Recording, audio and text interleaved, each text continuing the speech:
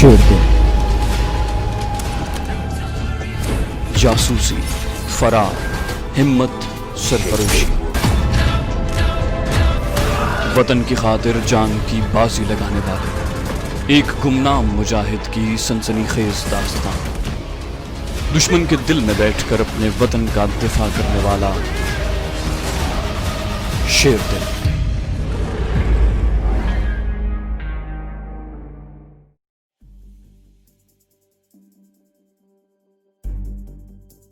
मुरादाबाद शहर से एक मेन लाइन रामपुर, बरेली, लखनऊ से होती हुई बनारस और कलकत्ते को जाती है। यहाँ से एक ब्रांच लाइन संभल और बदायूं की तरफ निकल जाती है। हमने मुरादाबाद पहुंचकर उसी ब्रांच लाइन की एक गाड़ी पकड़ी और संभल के स्टेशन पर उतर गए। ये छोटा सा ब्रांच लाइन का स्टेशन जंगल में वाक़ था। कादिर खान को नवाब साहब के कॉटेज का रास्ता मालूम था। हम एक बैलगाड़ी में बैठ गए। बैलगाड़ी जंगल में चल पड़ी। 6-7 मील के सफर के बाद एक नहर आ गई। नहर के किनारे किनारे आमों के बाग थे। आमों का मौसम नहीं था, इसलिए बाग वीरान पड़े थे। रखवाले और ठेकेदारों के आदमियों की झोंपड़ियां खाली पड़ी थी। इन बागों की दूसरी तरफ नहर के किनारे एक छोटे से टिब्बे पर जंगल के रेस्ट हाउस की तर्ज की एक बोसीदा सी क्वार्टर नुमा इमारत खड़ी थी, जिसकी खपरेल की ढलवान छत एक तरफ से जंगली बेलों से ढकी हुई थी। हमारे मुखबर ने हमें पहले जो मालूमात फराहम की थी, उनके मुताबिक रॉ के पेशावर लड़कियों वाला ट्रेनिंग कैंप संभल ही के जंगल में किसी जगह पर था। बाद में मालूम हुआ कि ये ट्रेनिंग कैंप उसी जंगल के शुमाल मशरिक में हापड़ ब्रांच की बड़ी नहर के पास किसी खुफिया मकाम पर वाक़ है। ये इत्तला हमें मुरादाबाद में ही मिल गई थी। हमने उसका जिक्र नवाब साहब से नहीं किया था। ये नवाब साहब का कॉटेज था। जब कभी वो जंगल में शिकार खेलने के लिए आते तो उसी कॉटेज में कयाम करते थे। यहाँ एक मुलाजिम मुस्तकिल तौर पर रहता था, जो नवाब साहब का पुराना मुलाजिम था। वो हमें कॉटेज में मिल गया। बूढ़ा आदमी था। उसने हमारे लिए कमरा खोल दिया। हमें चाय बना कर दी। इर्द गिर्द घना जंगल था। शुमाल की तरफ छोटी छोटी पहाड़ियों का सिलसिला शुरू हो जाता था, जो ऊपर पेली भेद के जंगलों से जा मिलता था। हमें यहाँ रहते हुए 2 दिन गुजर गए थे कि तीसरे दिन दोपहर के बाद नवाब साहब आ गए। कहने लगे, रॉ का ट्रेनिंग कैंप यहाँ से शुमाल की तरफ बदायूं हापड़ ब्रांच नहर के पास जंगल में किसी जगह पर वाक़ है। जालिंधर अमृतसर से 4 और 2 लड़कियां अंबाले से कैंप में पहुंच गई हैं। एक इसराइली इंस्ट्रक्टर जिसका नाम जोसेफ है, इन लड़कियों को छोटे बड़े हथियार चलाने, बम बनाने, बम ब्लास्ट करने की ट्रेनिंग देता है। बम्बई की एक तजुर्बाकार फैशनेबल औरत इन लड़कियों को ऊंची सोसाइटी में उठने बैठने और मर्दों को अपनी अदाओं और अश्वा तराजियों से राम करने के गुर सिखाती है। इसराइली इंस्ट्रक्टर जोसेफ का नाम सुनकर मैं और कादिर खान चौंक पड़े। गोया ये यहूदी अभी तक जिंदा था और कादिर खान के सांप ने उसे नहीं काटा था। हमने इस बारे में नवाब साहब से कोई बात न की और न ही उस वक्त उन पर कुछ जाहिर किया। खामोशी से उनकी बातें सुनते रहे। मैंने नवाब साहब से पूछा, यहाँ असलहा वगैरह की क्या पोजीशन है? नवाब साहब बोले, ये तो मुझे मालूम नहीं। मैं ऐसा करता हूँ कि अपने खास आदमी को तुम्हारे पास भेज देता हूँ। मेरा ख्याल है कि उसे इन सारी बातों की तफसील मालूम होगी। अगर मालूम नहीं होगी तो वो तफसीलात मालूम कर लेगा। उसी शाम नवाब साहब वापस चले गए। उनके जाते ही मैंने कादिर खान से कहा, कादिर भाई, तुम्हारे सांप ने तो अपना काम नहीं दिखाया। यहूदी इंस्ट्रक्टर अभी तक जिंदा है। कादिर खान बोला, मुझे यकीन है कि सांप इस यहूदी के पीछे लगा हुआ है। हो सकता है कुछ वक्त लग जाए, लेकिन अगर सांप अभी तक जिंदा है तो वो इस यहूदी को छोड़ेगा नहीं। दूसरे रोज शाम के वक्त नवाब साहब का खास आदमी आ गया। दरमियानी उम्र का आदमी था। बड़ी गर्म जोशी से मिला। चाय तैयार थी। हम कॉटेज के अकबी बरामदे में बैठकर चाय पीने लगे और बातें करने लगे। उस आदमी का नाम अहमद मियाँ था। अहमद मियाँ कहने लगा, ट्रेनिंग कैंप में इतना ही असलहा होता है जितनी जरूरत होती है। हफ्ते में 3 बार एक फौजी ट्रक असलहे की सप्लाई लेकर आता है। इस वक्त वहाँ 7 लड़कियां हैं। 4 लड़कियां जालिंधर अमृतसर की हैं, 3 लड़कियां अंबाले की हैं। ये ऊंची सोसाइटी की तवाइफें हैं, जिनका काम आला सरकारी अफसरों का जी लुभाकर अपने एजेंटों को ठेके वगैरह दिलवाना है। इसके एवज वो ठेकेदारों से कमीशन वसूल करती हैं। ये पढ़ी लिखी फैशनेबल लड़कियां हैं। मैंने पूछा, कैंप में उनकी रिहाइश का क्या इंतजाम है? अहमद मियाँ ने कहा, ये ट्रेनिंग कैंप उन जरूरियात को सामने रख कर बनाया गया है। जंगल की पहाड़ियों में घिरा हुआ ये कैंप आमने सामने 3 बैरकों पर मुश्तमिल है। एक बैरक में ये सारी लड़कियां रहती हैं। भारत की सरकार ने रॉ के पाकिस्तान दुश्मन मंसूबों की खातिर इन पेशावर तवाइफों को भारी रकम पेशगी देकर मुलाजिम रखा है। जब उन्हें पाकिस्तान में तखरीबकारी और जासूसी के लिए स्मगल किया جائے گا تو انہیں اسلام آباد کے بھارتی سفارت خانے سے بھی روزانہ کافی رقم ملا کرے گی اور انہیں اجازت ہوگی کہ اس کے علاوہ بھی وہ جتنا خرچ چاہیں لے لیں۔ انہیں اس بات کی بھی ضمانت دی گئی ہے کہ ان سے کوئی ایسا کام نہیں لیا جائے گا جس میں ان کی جان کو خطرہ ہو۔ اگر ضرورت پڑی تو وہ کسی خاص جگہ پر صرف بم رکھ کر آ جائیں گی، جو کوئی مشکل کام نہیں۔ زیادہ تر ان کا کام اونچی سوسائٹی میں گھل مل کر پاکستان کے بعض فوجی راز معلوم کرنا ہوگا۔ میں نے قادر خان سے کہا، قادر بھائی، یہ عورتیں پاکستان کے لیے شدید خطرے کا باعث بن سکتی ہیں، انہیں پاکستان پہنچنے سے پہلے اسی جنگل میں ختم کرنا ہوگا۔ قادر خان بولا، ایسا ہی کریں گے، تم فکر نہ کرو۔ اس کے بعد قادر خان نے احمد میاں سے کچھ مزید ضروری معلومات حاصل کی اور اسے واپس مراد آباد بھیج دیا۔ اب ہم سر جوڑ کر بیٹھ گئے کہ ہمیں کیا حکمت عملی اختیار کرنی ہوگی۔ قادر خان کہنے لگا، ہمارے پاس وہ خاص سانپ بھی نہیں ہیں، اگر ہوتے تو ہم ان کی مدد سے ان پاکستان دشمن عورتوں کو یہودی انسٹرکٹر سمیت ہمیشہ کی نیند سلا سکتے تھے۔ اب ہمیں کوئی دوسری اسکیم سوچنی پڑے گی۔ میں نے کہا، ہمیں یہ پوائنٹ پیش نظر رکھنا ہوگا کہ ہمارا مشن صرف ان لڑکیوں کو ہلاک کرنا ہی نہیں، بلکہ اصل مشن یہ ہے کہ ان کی ہلاکت سے اس قدر دہشت پیدا ہو جائے کہ آئندہ بھارت کی کوئی عورت تخریب کاری یا جاسوسی کے مشن پر پاکستان جانے کے لیے تیار نہ ہو۔ قادر خان بولا، یہی سب سے اہم بات ہے، یہی سوچنے کی بات ہے۔ سورج غروب ہو رہا تھا، ہم نہر کی طرف نکل گئے۔ نہر کنارے دور تک چلتے گئے، سوچ بھی رہے تھے، کوئی اسکیم ذہن میں نہیں آ رہی تھی۔ پیشہ ور لڑکیوں کی ٹریننگ شروع ہو چکی تھی۔ اس بات کا امکان تھا کہ 15-20 دن کی ٹریننگ کے بعد انہیں پاکستان سمگل کر دیا جائے گا۔ ایک بار وہ پاکستان سمگل ہو گئیں تو پھر ان کا پیچھا کرنا اور ایک ایک کو تلاش کر کے انہیں ہلاک کرنا مشکل کام تھا۔ دن کی روشنی آہستہ آہستہ پھیکی پڑ رہی تھی۔ ہم زیادہ تر خاموش تھے، دونوں گہری سوچ میں گم تھے۔ نہر نہ چھوٹی تھی نہ زیادہ بڑی تھی، پانی مٹیالے رنگ کا تھا جو بڑی خاموشی سے بہہ رہا تھا۔ چلتے چلتے ہم ایک پل پر پہنچ کر رک گئے۔ نہر اس پل کے نیچے سے گزرتی تھی۔ قادر خان بولا، میرا خیال ہے کہ ہمیں واپس چلنا چاہیے، شام کا اندھیرا ہو گیا تو جنگلی درندوں کا خطرہ ہوگا۔ ہم دونوں واپس مڑ گئے۔ ابھی ہم چند قدم چلے تھے کہ اچانک قادر خان رک گیا۔ وہ ادھر ادھر زمین پر دیکھنے لگا، میں بھی ٹھہر گیا۔ میں نے دیکھا کہ قادر خان جھک کر نہر کنارے جو گھاس اگی ہوئی تھی اس کو دیکھ رہا تھا اور سانس اوپر کھینچ کر کچھ سونگھنے کی کوشش کر رہا تھا۔ میں نے پوچھا، قادر بھائی کیا بات ہے؟ وہ دھیمی آواز میں بولا، اونچا مت بولو، مجھے سانپ کی بو محسوس ہو رہی ہے۔ کون سا سانپ؟ میں نے پوچھا تو وہ بولا، بولو مت، ابھی بتاتا ہوں، تم پیچھے ہٹ کر کھڑے ہو جاؤ۔ اس نے ایک درخت کی ٹہنی توڑ کر اپنے ہاتھ میں پکڑ لی۔ میں پیچھے ہٹ گیا۔ قادر خان ایک جھاڑی کی طرف دبے پاؤں بڑھا۔ یہ جھاڑی آدھی نہر کے پانی میں ڈوبی ہوئی تھی۔ قادر خان، جیسا کہ آپ پہلے پڑھ چکے ہیں، ماہر سپیرا بھی تھا۔ اس نے زندگی کے کچھ برس نکال کر سپیروں کے ساتھ گزارے تھے۔ اس کا استاد ایک بنگالی سپیرا ہی تھا۔ وہ جھاڑی کے قریب جا کر جھک گیا۔ اس نے درخت کی شاخ سے جھاڑی کی شاخوں کو ایک طرف ہٹایا تو سانپ کے پھنکارنے کی آواز آئی۔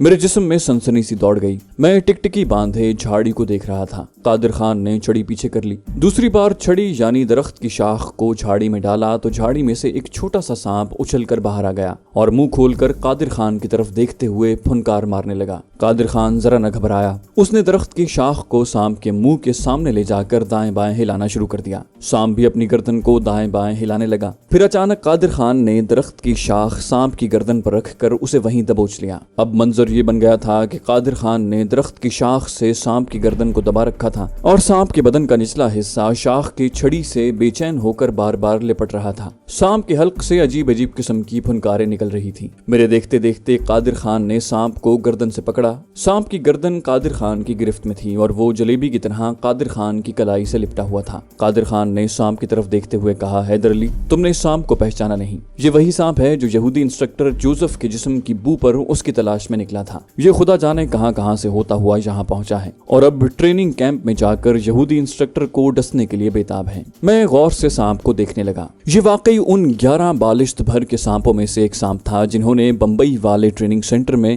تمل گوریلا دہشت گردوں کو ڈس کر ہلاک کیا تھا۔ میں نے کہا، اس کو چھوڑ دو تاکہ یہ یہودی انسٹرکٹر کو جا کر ڈس آئے۔ قادر خان بولا، میرے ذہن میں ایک اسکیم آ گئی ہے، ابھی میں اس سانپ کو نہیں چھوڑوں گا، چلو واپس چلتے ہیں۔ کاٹیج میں آ کر قادر خان نے بالشت بھر کے خطرناک زہریلے سانپ کو چائے کے خالی ڈبے میں بند کر کے اس کے ڈھکن میں 4-5 چھوٹے چھوٹے سوراخ کر دیے اور ڈبے کو الماری کے اوپر رکھ لیا۔ میں نے قادر خان سے پوچھا، کیا ہمیں ایک بار پھر سپیرے بن کر ٹریننگ کیمپ جانا ہوگا؟ قادر خان میرے ذہن کی بات کو سمجھ گیا تھا، کہنے لگا، نہیں، اس دفعہ ہم ایک دوسرے روپ میں جائیں گے۔ سپیرے اس لیے نہیں بن سکتے کہ ہمارے پاس صرف ایک ہی سانپ ہے۔ دوسری اہم بات یہ ہے کہ ساتوں کے ساتھ ज्यादातर लड़कियां अंग्रेजी पढ़ी लिखी लड़कियां हैं, उन पर सपेरों का इतना असर नहीं होगा। मैंने पूछा तो फिर दूसरा कौन सा भेस बदल कर जाएंगे? कादिर खान बोला, तुमने एक बार बताया था कि तुम हिंदी जबान पढ़ लिख लेते हो, तुम्हें हिंदुओं की मुकद्दस किताब यानी वेदों और पुराणों के श्लोक भी जुबानी याद हैं और तुम थोड़ी बहुत संस्कृत भी जानते हो। मैंने कहा हाँ ये बात ठीक है। कादिर खान कहने लगा, तो फिर इस बार हम साधु सन्यासी बनकर जाएंगे। हिंदू लोग और खास तौर पर हिंदू औरतें, खा वो अनपढ़ हो या पढ़ी लिखी हो, बहुत ज़ईफुल एतकाद होती हैं। हर हिंदू का अकीदा है कि वो मरने के बाद किसी नए जिस्म में जन्म लेता है। ये जिस्म इंसान का भी हो सकता है और ये जिस्म कुत्ते, बिल्ली, सांप, बिच्छू का भी हो सकता है। इसको आवागौन कहते हैं। सपेरों से तो ये लोग इसलिए डरते हैं कि कहीं वो उनके पीछे कोई सांप न लगा दें, लेकिन साधु जोगी से उन्हें ये खौफ होता है कि अगर किसी जोगी, सन्यासी या साधु ने उन्हें बद्दुआ दे दी तो उनका अगला जन्म कहीं सांप, नागन, कुत्ते, बिल्ली या बिच्छू का न हो जाए और वो मरने के बाद सांप, कुत्तिया, बिल्ली की शक्ल में न पैदा हो जाएं।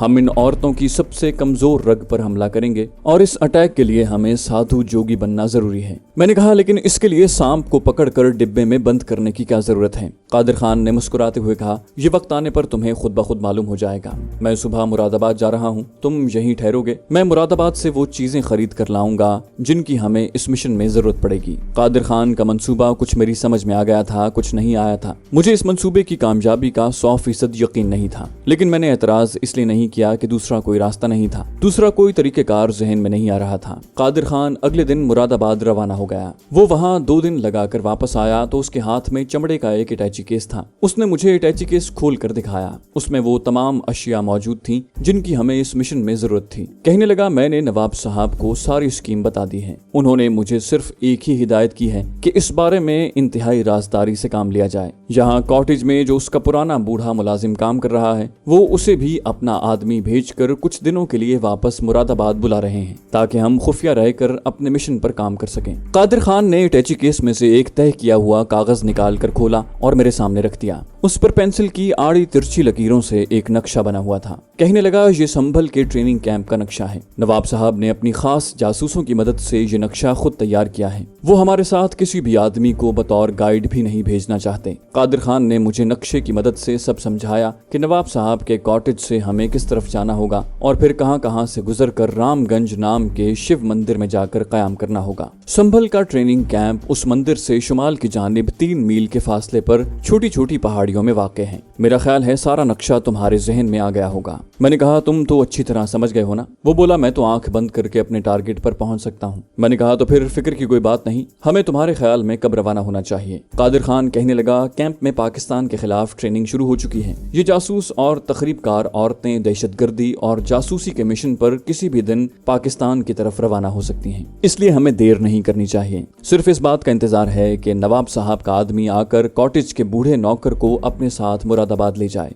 नवाब साहब हमारे मिशन को अपने बाएतमाद मुलाजिम से भी पोशीदा रखना चाहते थे। हस्बे वादा उनका एक आदमी आया और दूसरे रोज कॉटेज के बूढ़े मुलाजिम को अपने साथ ले गया। अब हम अपने मिशन पर रवाना होने के लिए बिल्कुल तैयार थे। जैसा कि मैं पहले बयान कर चुका हूँ कि मैंने अपनी दाढ़ी और मूछें इस तरह तरशवा ली थी कि ना मैं सिख लगता था, ना कोई मुझे मुसलमान समझ सकता था। इस किस्म का हुलिया बनाना मेरी मजबूरी था और वक्त की जरूरत भी। कादिर खान क्लीन शेव आदमी था, सिर्फ उसके सर के बाल लंबे थे। हमने कॉटेज की कोठरी में बैठकर कपड़े तब्दील किए, अपना हुलिया भारत के जोगी सन्यासियों वाला बना लिया। अपने पास लंबे चोले के अंदर छुपाकर एक साइलेंसर वाला पिस्तौल और एक कमांडो चाकू रख लिए। हम चलने लगे तो मैंने कादिर खान से कहा कि वो सांप का डिब्बा साथ नहीं ले जा रहा। वो बोला, अब उसकी जरूरत नहीं है। हम अपने जंगल वाले कॉटेज से दोपहर से जरा पहले निकले। केले के पत्तों में हमने खिचड़ी डालकर रख ली थी, इस ख्याल से कि हो सकता है कि दोपहर और रात को हमें वहाँ खाने को कुछ न मिले। हम जंगल में एक तंग सी पगडंडी पर चले जा रहे थे। कादिर खान रास्ते से वाकिफ था। कोई 1.5 घंटे के सफर के बाद हम भूरे रंग के उन छोटी पहाड़ियों में पहुंच गए जिनके दरमियान ट्रेनिंग कैंप था। हमने एक जगह खड़े होकर नीचे वादी में कैंप का जायजा लिया। वहाँ 2-3 आदमी इधर उधर कामकाज में मसरूफ नजर आए। कादिर खान बोला,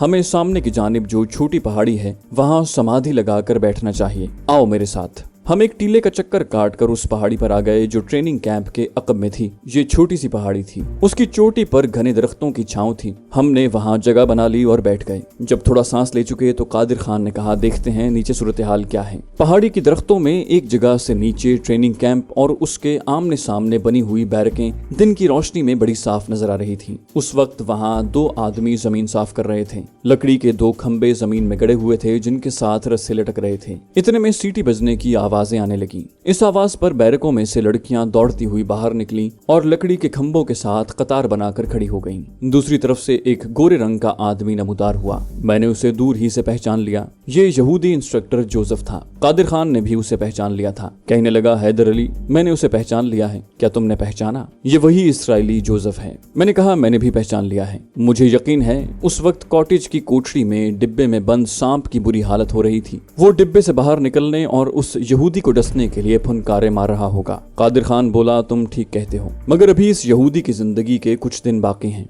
लड़कियों ने निकरें और बनियानें पहन रखी थी, सरों पर रुमाल बांध रखे थे। यहूदी जोसेफ ने उन्हें कोई हुक्म दिया। लड़कियों ने दौड़कर खंबे के साथ लटकते रस्सों को पकड़ा और ऊपर चढ़ने की प्रैक्टिस शुरू कर दी। मैंने कादिर खान से कहा, ये कुल 7 लड़कियां हैं। मेरा ख्याल है कि इनके अलावा और कोई लड़की यहाँ ट्रेनिंग नहीं ले रही। कादिर खान बड़े गौर से नीचे लड़कियों को रस्सों की मदद से खंबे के ऊपर चढ़ते देख रहा था। कहने लगा, ये लड़कियां शाम के वक्त जंगल में चलने फिरने के लिए जरूर निकलती होंगी। हमें उस वक्त इनमें से किसी लड़की से राब्ता पैदा करने की कोशिश करनी होगी। अगर हमने उनमें से किसी एक लड़की पर अपना असर डाल लिया तो बाकी की लड़कियां अपने आप हमारे ज़ेरे असर आ जाएंगी। अब हम दिन गुरूब होने का इंतजार करने लगे। दोपहर को हमने थोड़ी थोड़ी खिचड़ी खाई। तीसरे पहर कैंप की ट्रेनिंग दोबारा शुरू हो गई। उसके बाद कैंप पर खामोशी छा गई। शाम होने से पहले हमने पहाड़ी के आसपास चलना फिरना शुरू कर दिया, मगर हमें वहां कोई लड़की दिखाई न दी। हम वापस अपनी जगह पर आ रहे थे कि एक औरत खच्चर पर बैठकर कैंप से निकलती दिखाई दी। मैंने कादिर खान से कहा, यह औरत मुझे उन लड़कियों की नायिका इंस्ट्रक्टर लगती है। कादिर खान ने उसे गौर से देखा। वो खच्चर पर बैठी हमारी तरफ आ रही थी। हम दरख्तों की ओट में हो गए। औरत करीब से गुजरी तो हमने देखा कि वो उधेड़ उम्र की औरत थी। उसने पतलून और आधी आस्तीनों वाली बनियान पहन रखी थी। जब उसका खच्चर पहाड़ी पगडंडियों पर जरा दूर निकल गया तो मैंने कादिर खान से कहा, कादिर भाई, मेरा ख्याल है कि हमें उस औरत को काबू में करना चाहिए। ये हमारे ज़ेरे असर आ गई तो बाकी की 7 लड़कियों को काबू करना कोई मुश्किल नहीं। कादिर खान को मेरी तजवीज पसंद आई। कहने लगा, मगर ये औरत कहाँ जा रही है? यहाँ करीब तो कोई गाँव नहीं। हम कुछ फासला डालकर उस औरत का ताकुब करने लगे। पहाड़ी पगडंडी पर खच्चर बड़ी सुस्त रफ्तार से चल रहा था। एक पहाड़ी से उतरकर खच्चर दूसरी पहाड़ी के पीछे की तरफ घूम गया। हम भी उसी तरफ घूम गए। पहाड़ी की दूसरी तरफ से सामने दरख्तों में एक केबन दिखाई दिया। औरत उस केबन की तरफ चली गई। केबन जरा चढ़ाई चढ़कर बना हुआ था। हम दूसरी जानिब से होकर झाड़ियों में छुपकर औरत को देखने लगे। कैंप का छोटा सा सहन हमें साफ नजर आ रहा था। वहाँ एक आदमी पौधों की गोडी कर रहा था। औरत को देखकर वो दौड़कर खच्चर की तरफ आ गया। औरत को सहारा देकर नीचे उतारा और खच्चर लेकर दूसरी तरफ चला गया। औरत ने अपनी बनियान को नीचे किया और बड़ी बेनियाजी से चलती हुई केबन के अंदर चली गई। कादिर खान बोला, ये वही औरत है जिसके बारे में नवाब साहब के मुखबर ने बताया था कि ये बम्बई की ऊंची सोसाइटी की तवाइफ है जो इन लड़कियों को आला सरकारी अफसरों और सरमायादारों को राम करने की ट्रेनिंग देती है। मैंने कादिर खान की तरफ देखा और पूछा, फिर क्या ख्याल है? कादिर खान बोला, तुम्हारा कमाल दिखाने का वक्त आ गया है। नीचे चलो, मैदान साफ है। मैं तुम्हारा चेला हूँ, तुम मेरे गुरु हो। कादिर खान ने आहिस्ता से उलख निरंजन का नारा लगाया। मैं समझ गया कि कादिर खान ने मेरे सामने क्या तजवीज रखी है। मैंने मुस्कुराते हुए कहा, जय शिव शंकर, आ जाओ। मैं शिव देवता का त्रिशूल जो कादिर खान के हाथ में था उससे लेकर अपने हाथ में पकड़ा। मेरे हाथ में पीतल का लोटा था जिसमें पानी था और रतन जौत के कुछ फूल पड़े थे। मैं आगे आगे था। कादिर खान मेरे पीछे पीछे चल रहा था। हम जोगियों के भेस में बड़े सुकून से चलते पहाड़ी पगडंडी से उतरकर केबिन के सहन में आ गए। इस दौरान वो मुलाजिम जो खच्चर लेकर दूसरी तरफ गया था वापस आ रहा था। अपने सामने बागीचे में जोगी सन्यासियों को देखा तो हाथ बांधकर खड़ा हो गया और सर झुकाकर हमें जय शिव शंकर कहा। मैंने हाथ ऊपर उठाकर कहा, तेरा कल्याण हो बच्चा। उसके साथ ही हम अपने प्रोग्राम के मुताबिक वहीं जमीन पर बैठ गए। मुलाजिम बोला, महाराज, मैं आपके लिए भोजन पानी का बंदोबस्त करता हूँ। मैंने कहा, बच्चा, तुम्हारी मालिकन कहाँ है? उसको जाकर कहो शिव जी महाराज ने उसके नाम एक संदेश भेजा है जो हमें खुद उसको देना है। मुलाजिम ये कहकर जल्दी से केबिन नुमा मकान के अंदर चला गया कि महाराज, मैं अभी मालिकन को खबर करता हूँ। कादिर खान ने मेरी तरफ झुककर कहा, तुम सूरत हाल को संभाल लोगे ना? कहीं कोई गड़बड़ तो नहीं होगी। मैंने उसे तसल्ली दी, तुम बेफिक्र रहो कादिर भाई, सब ठीक हो जाएगा, अल्लाह मालिक है। दूसरे लम्हे कमरे में से वही औरत बाहर निकली। वो सिगरेट पी रही थी। उसका लिबास अभी तक वही बनियान पतलून ही था। उसने लिबास तब्दील नहीं किया था। हमें देखकर औरत ने हमें प्रणाम किया और पूछा महाराज कैसे आना हुआ। उसका अंदाज बता रहा था कि वो बड़े शहर की रहने वाली है और हमारे जैसे साधु सन्यासियों का उस पर ज्यादा असर नहीं होता। मैंने अपना त्रिशूल वाला हाथ ऊपर उठाते हुए कहा, तू सावित्री है। पिछले जन्म में तू अपने सत्यादान से बिछड़ गई थी। तेरा अगला जन्म आकाश की अप्सरा का होगा। मैं तेरे माथे पर लिखा हुआ पढ़ रहा हूँ। तू अगले जन्म में आकाश के देवताओं के दरबार में रक्स किया करेगी। औरत पर मेरे जुमलों का असर होना शुरू हो गया था। उसने सिगरेट का कश लगाया तो मैंने कहा, सावित्री ये सिगरेट दोज़ख की आग का धुआं है। ये तुझे तेरे सत्यादान से 10 जन्मों तक मिलने नहीं देगा। फेंक दे इसे।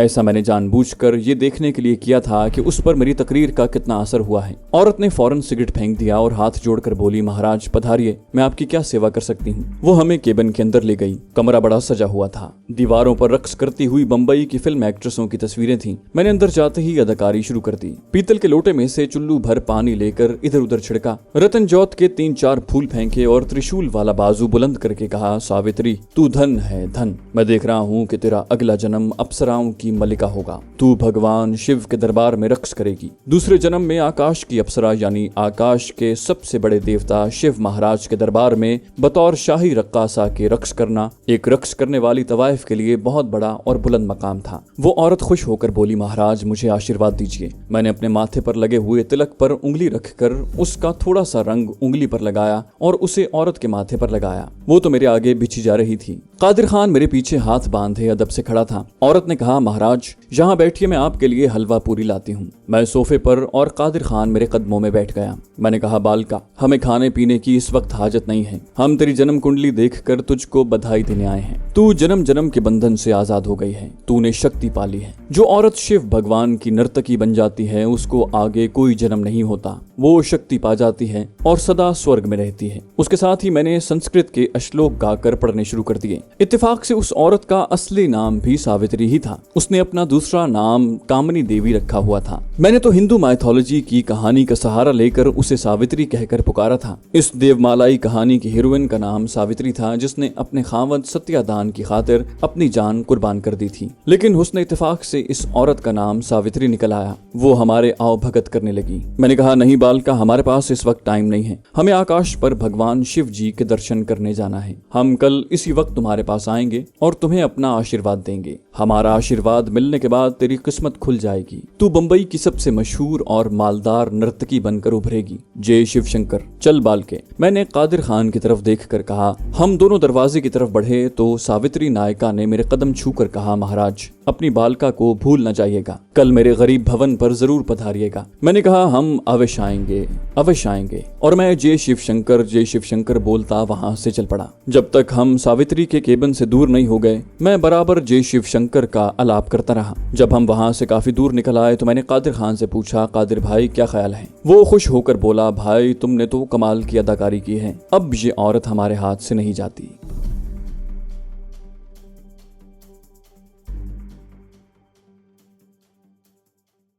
तो दोस्तों ये थी हमारी आज की एपिसोड। उम्मीद करते हैं आपको हमारी कहानी पसंद आई होगी। जाने से पहले इस वीडियो को लाइक कीजिए और शेयर करना मत भूलिए। कमेंट करके हमें बताइए कि आपको हमारी वीडियो कैसी लगी। और अगर अभी तक आपने इस चैनल को सब्सक्राइब नहीं किया तो इसे सब्सक्राइब कीजिए और बेल आइकन दबाकर ऑल नोटिफिकेशंस ऑन कर लीजिए।